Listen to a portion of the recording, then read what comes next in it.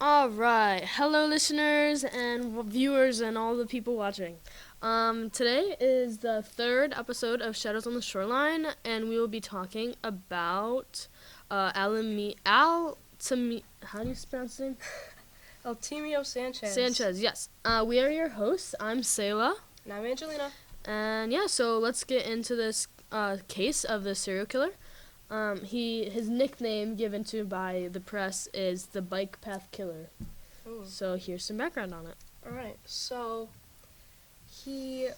background was that he sexually assaulted and he killed women on this bike path or whatever, which was by college, right? Yeah, UB, I believe. UB, Buffalo, New York. Yeah. Where he lived. Mm-hmm. That's crazy. Like, all his sexual assaulting and killing cases happened over the span of 31 years.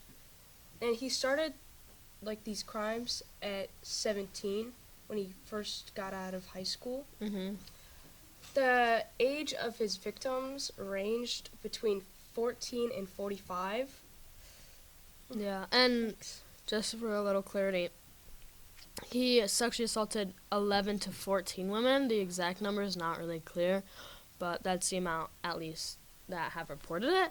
And then he's killed 3 women, which is not great. Mm-hmm. He was born on January 19th in 1958. But he was born in Puerto Rico, and then he moved to Buffalo. His parents moved to Buffalo. And when he was it when he was 2 that his mother caught his father cheating with a prostitute? Yeah, he was That was 2. 2? Yeah. He was 2. She found out about it. They moved. Mm-hmm. To, I think, a different state, southern state, and then they moved here. So, one of his mom's boyfriends would sexually and physically abuse him. But early childhood, people would describe him as, happy but shy.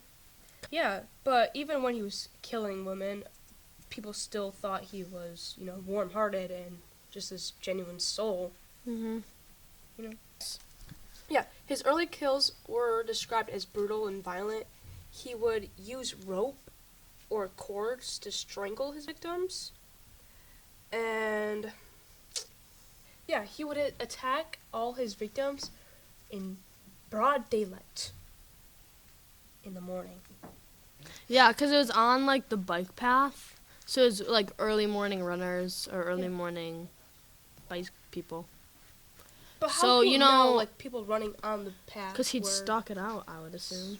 And it was the neighborhood he lived in. So first kill started with Linda Yalem on September 29th and then 1990. And then his last kill was Joanne Divers, who was also killed on September 29th but in 2006. Which, fun fact, September 29th, 2006 is the day I was born. So I might be in a reincarnate, but no, who knows? Yeah, you are. No, I'm not. That's not how Jesus works, okay? Yeah. So then in 1990, so... People were getting suspicious. Yeah. So the cops were called. Sanchez took part in a voluntary interview, but no DNA was taken. So, like... Yeah, they didn't have released him, like, an hour after questioning. Yeah, so they didn't have any solid, like, evidence on him. Only fingerprints were taken. But the only crime they arrested him for after that was soliciting. So. Yeah, pretty crazy. Stupid. Yeah, so then throughout the 90s, it became a regular thing for him, the sexual assaulting and then the killing. And then the more he killed, the more brutal he got. So yeah, so he would call himself David in front of his victims, and then he'd also force them to put some article of clothing, their article of clothing, so whether that was pants or shirts or something, on top of their face so they couldn't see his face, so they couldn't identify him. And then also call him David in front of the David statue. Yes. Pretty crazy, guys. Diver had dropped her kids off at school at, like, the daycare. And then the same day, like, she didn't come home. She didn't contact her husband. And then what triggered the search for her was she didn't ever pick up her kids from school, but usually that's her job is to pick up the kids. So her husband filed a police report, and they searched and searched, but they couldn't find anything. They know that she wanted to go on like a bike trip, like a biking trip that day, so they checked that whole section that she would have biked. They didn't find anything, but her car was found 3 miles away from the path, but like there was no sign of her, no nothing, so they didn't really know what to do.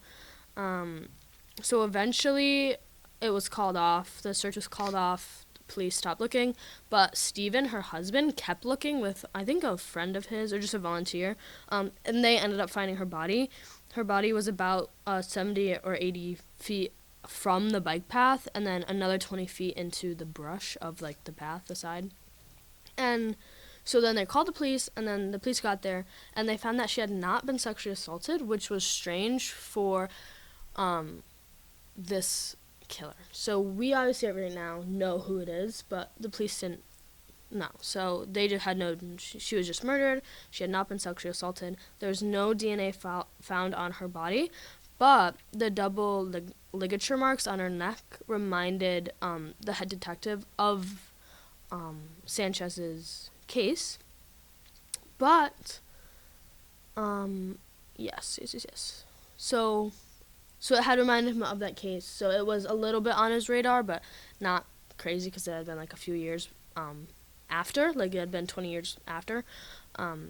So a droplet of sweat had been found in Diver's car. So they were able to take that in for DNA, and then they had the DNA, but it didn't match up with anyone in their system, so it kind of just led to a dead end. Oh wait, we forgot to mention that Sanchez has a wife and kids, and they are completely unaware. So Sanchez does have a wife and then 2 boys, I believe. 2 boys. And then so they have no idea what's going on. So as he's murdering and sexually assaulting women, they kind of are just like, they don't know. They don't know. They're unaware. Yes, which is unfortunate. I'm crazy. Yeah, so the driver's seat. So this case that the 2 ligature marks brought them to is the cases that we have been talking about with Sanchez, but when those cases were going on, they had arrested a man for those crimes, but it was the wrong guy. So this man had spent how many years in prison? This is on here. For 22 years. So he had been kept in prison for 22 years. Now we know he was innocent, but then they didn't know. So they had been like, this is very similar to those cases, but, it's not possible because he's in jail. Yeah. Wrong. He is innocent. So Rosansky, who was like the head detective, a quote that he said to the news, to reporters, was, there were similarities to the bike path killer, but we're not absolutely sure at the time whether it's a copycat or just another homicide. So at this point, they had ruled out that it was the original killer, and it's just a copycat or just a regular another homicide. Not regular homicide, that's like bad about. So another thing that stumped the cops was that Diver, so her name's Joanne Diver, died on the 16th anniversary of Linda Yellum, which was the first kill. She was the one who was first killed, so that's September 29th. So they were thinking, like, why would he come back after a long time? Like, that's a long resting period. Yeah. So I didn't really think that was possible. But this did lead to them reopening Linda's case to try and find the murderer if they had arrested the wrong person. So as more victims were found to be tied to the same killer, there was now an urgency to find this man very, very quickly. So as they're trying to find this killer, there was more people coming up saying, I've been sexually assaulted by this man, blah, blah, blah, blah, blah. So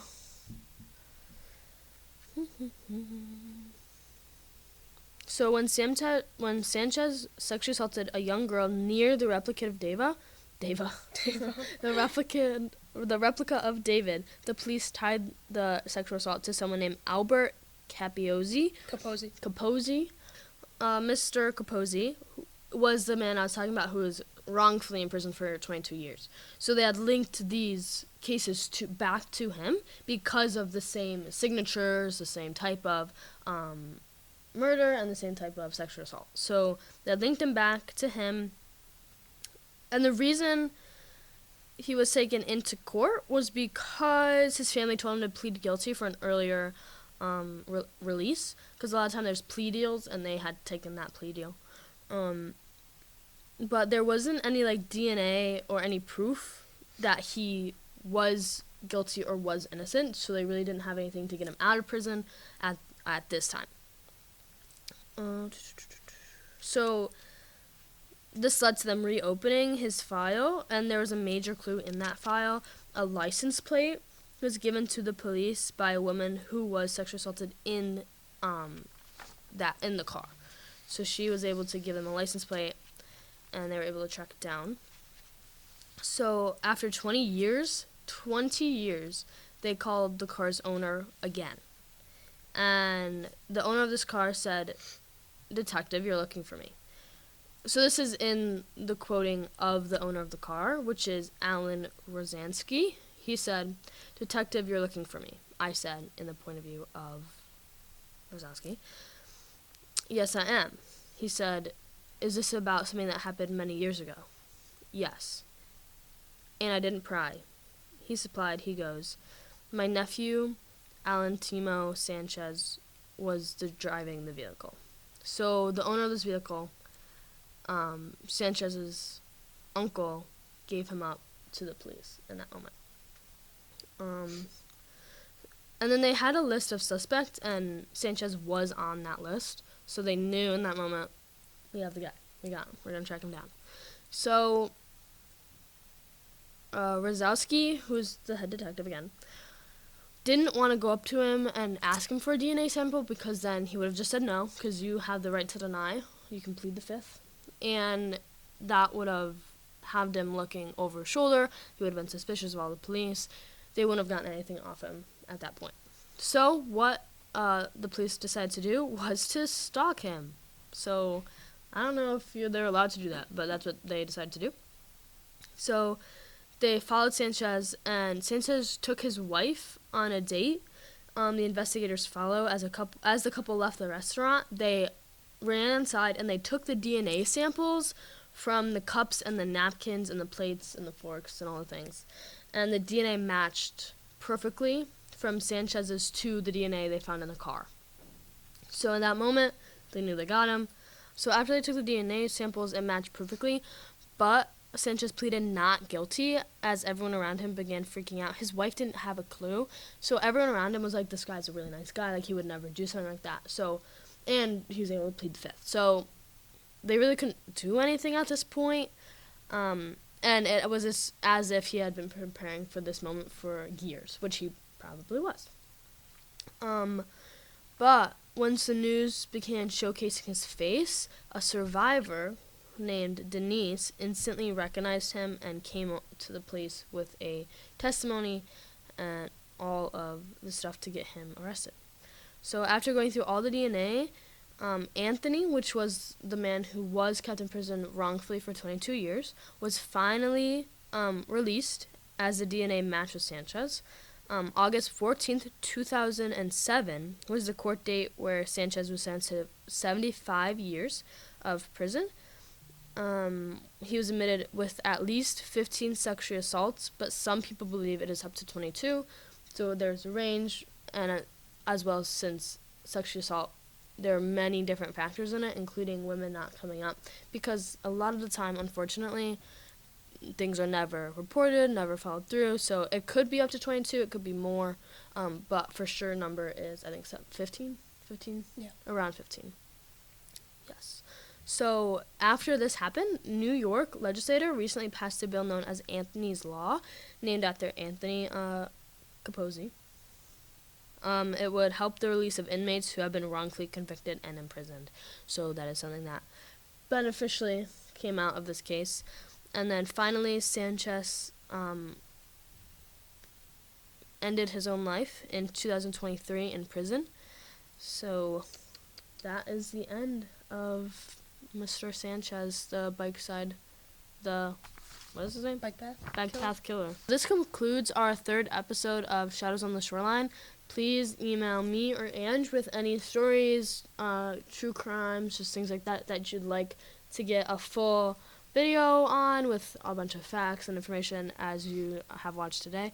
My email is poulsense at my and then lcsd.org, and it will be like and then so just email me if you have anything you want us to talk about. So remember, until next time, keep your wits about you and stay curious. Remember to say it together. Remember, not all secrets stay buried. See you next time. Bye bye. You're supposed to say it with me. I don't know it, and it's not right here. So